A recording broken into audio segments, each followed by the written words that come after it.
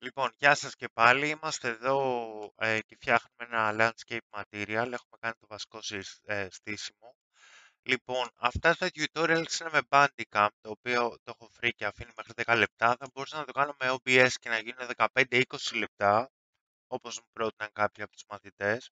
Εντάξει, και λογικό, απλά τα 15-20 λεπτά tutorial είναι πιο κουραστικό, ίσως. Οπότε από αυτήν την άποψη βολεύει που είναι 10 λεπτά. Λοιπόν, σε αυτό το δεκάλεπτο θα περάσουμε τα textures μέσα στα materials και θα τα στήσουμε έτσι ώστε να είναι έτοιμα. Οπότε έχω εδώ το material και πάω να βρω τα textures μου. Ωραία, τα οποία είναι μέσα στο landscape. Παίρνω τα πρώτα 5, τα πετάω μέσα. Θα είναι τώρα μια επαναληπτική διαδικασία γιατί θα το κάνω και για τα 4 materials. Αυτό λοιπόν είναι το base color. Εδώ πέρα βλέπω ποια είναι. Αυτό είναι το ambient occlusion. Αυτό εδώ πέρα είναι το displacement, αυτό είναι το roughness, οπότε πάει δεύτερο. Το normal είναι τρίτο. Λοιπόν, και αυτό είναι το displacement που θέλει και κάποιο κώδικα, όπως θα θυμάστε. Αλλά θα σας το ξαναδείξω έτσι κι αλλιώς. Λοιπόν, αρχικά πρέπει να έχουμε ενεργοποιήσει το tessellation, οπότε θα γράψω εδώ tessellation. Όπα, μισό λεπτάκι. Πατήσω στον κενό χώρο και να γράψω tessellation. Ωραία. Οπότε από no tessellation το πάμε σε flat tessellation έτσι ώστε να έχω displacement. Έτσι, γιατί αλλιώς δεν θα δουλεύει το displacement. Ωραία. Το οποίο σημαίνει ότι θα σηκώνεται το έδαφος. Θα σηκώνονται τα vertices του εδάφους. Το οποίο το θέλω. Έτσι. Το πρώτο που θέλω είναι μία constant. Μία constant είναι ένα νούμερο, δηλαδή πολλαπλασιάζω το displacement. By default αυτό θα το βάλω 5. Στη συνέχεια θα κάνω ένα multiply με m i constant που βγήκε με ένα πατημένο και κλικ. Ένα και κλικ, έτσι. Αυτή είναι η constant. Με m πατημένο και κλικ, όπως λέμε μάνος, που βγαίνει το multiply. Οπότε θα κάνω multiply στο α displacement, στο bit constant. Και στη συνέχεια θα ψάξω, στον κενό χώρο πατάω δεξί κλικ και ψάχνω το vertex normal, το οποίο είναι αυτό που θα σηκώσει τα vertices.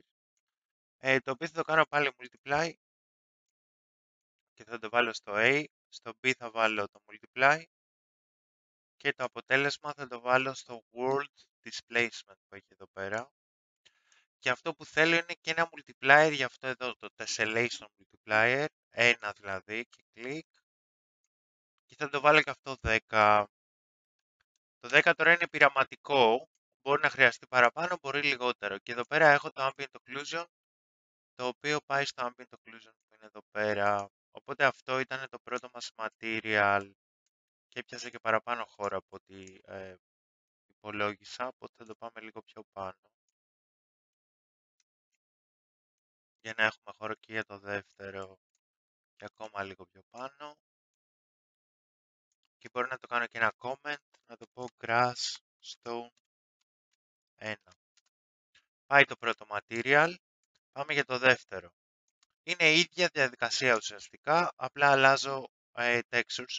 Σαν δεύτερο, στο layer blend, εδώ πέρα έχω βάλει το gravel, σωστά.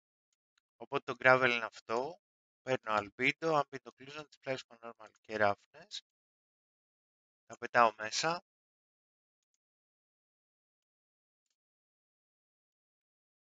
Και πάμε base color.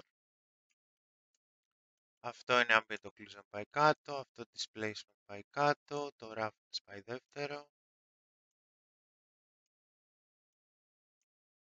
Το normal πάει τρίτο. Και το displacement τώρα για να μην το ξαναγράφω τον κώδικα, μπορώ να τον αντιγράψω από εδώ πέρα. Οπότε θα αντιγράψω όλα αυτά, Ctrl C και εδώ Ctrl V. Οπότε το displacement πάει εδώ και το υπόλοιπο είναι έτοιμο. Πάει στο world displacement. Και ένα δεκάρικο, ένα 10 στο tessellation multiplier. Και Το ambient occlusion πάει στο ambient occlusion. Πάει και το δεύτερο material. Κάνω και αυτό comment. Αυτό είναι το gravel. Οπότε τελείωσα με τα δύο πρώτα materials. Πάω στα επόμενα. Λοιπόν, το τρίτο material είναι το mud. Οπότε διαλέγω mud τα 5. Τα πετάω μέσα. Στο base color το χρώμα. Ambient occlusion, displacement, roughness στο 2. Το roughness είναι το υγρό ξηρό όπως είπαμε, το οποίο επίσης μπορώ να το παραμετροποιήσω. Για παράδειγμα, αν έχει βρέξει στο σκηνικό μου, στο παιχνίδι μου, μπορώ να βάλω το roughness μικρό, 0, κάτι, έτσι ώστε να φαίνεται βρεγμένο το έδαφος. Τώρα, εντάξει, απλά το κάνουμε multiply με μια constant. Δεν χρειάζεται να το κάνουμε στην προκειμένη περίπτωση, αλλά γίνεται, είναι εύκολο, δεν είναι κάτι δύσκολο. Ctrl V εδώ, με το κώδικα του displacement. Πάει στο world displacement και μια constant για το tessellation multiplier, 10. Και αυτό είναι το mud, οπότε το κάνω comment. Αυτό ήταν το mud και πάω στο τελευταίο που είναι το stone grass 2. Παίρνω τα υλικά μου μέσα.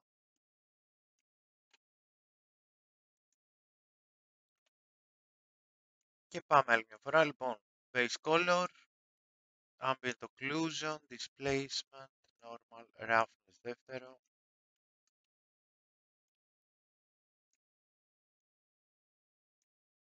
Normal. Ambient occlusion πάει κάτω. Paste πάλι τον κώδικα για το displacement, το οποίο πάει στο world displacement. Και μια constant για το tessellation multiplier, 10 είπαμε. Και το ambient occlusion στο ambient occlusion. Και αυτό είναι το stone grass 2. Λοιπόν, τελειώσαμε με το βασικό setup των υλικών. Αυτά που μένουν κάποια πραγματάκια ακόμα. Πρέπει να πιάσω όλα τα textures μου,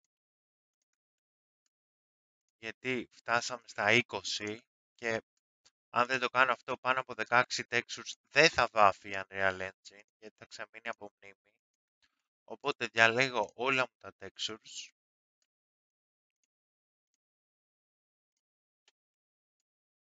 «20 textures» και από το texture asset το κάνω share drop. Έτσι, θα κάνω όλα share drop.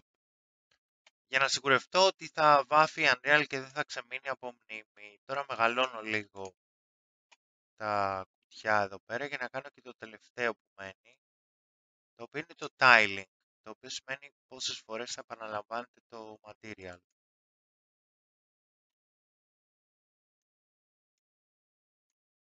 Το οποίο το κάναμε και με το wall, έτσι. U πατημένο και κλικ στον κοινό χώρο, texturing coordinates. Λοιπόν, θα το βάλω by default, θα το βάλω 0,5 επί 0,5, εμπειρικά τώρα αυτό.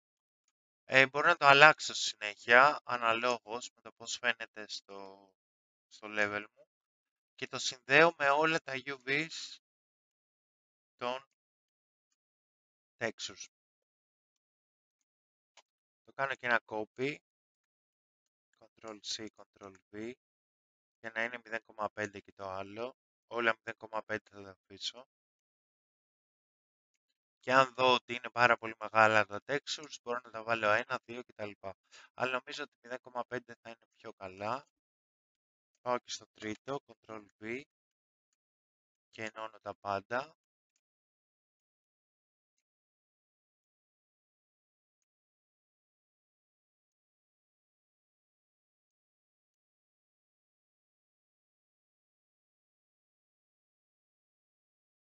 Και στο τέταρτο πάλι Ctrl-V και ενώνω όλα τα UVs με το texturing coordinates. Και μέχρι εδώ θα φτάσουμε, τελείωσε το δεκάλεπτο, συνεχίζουμε στο επόμενο.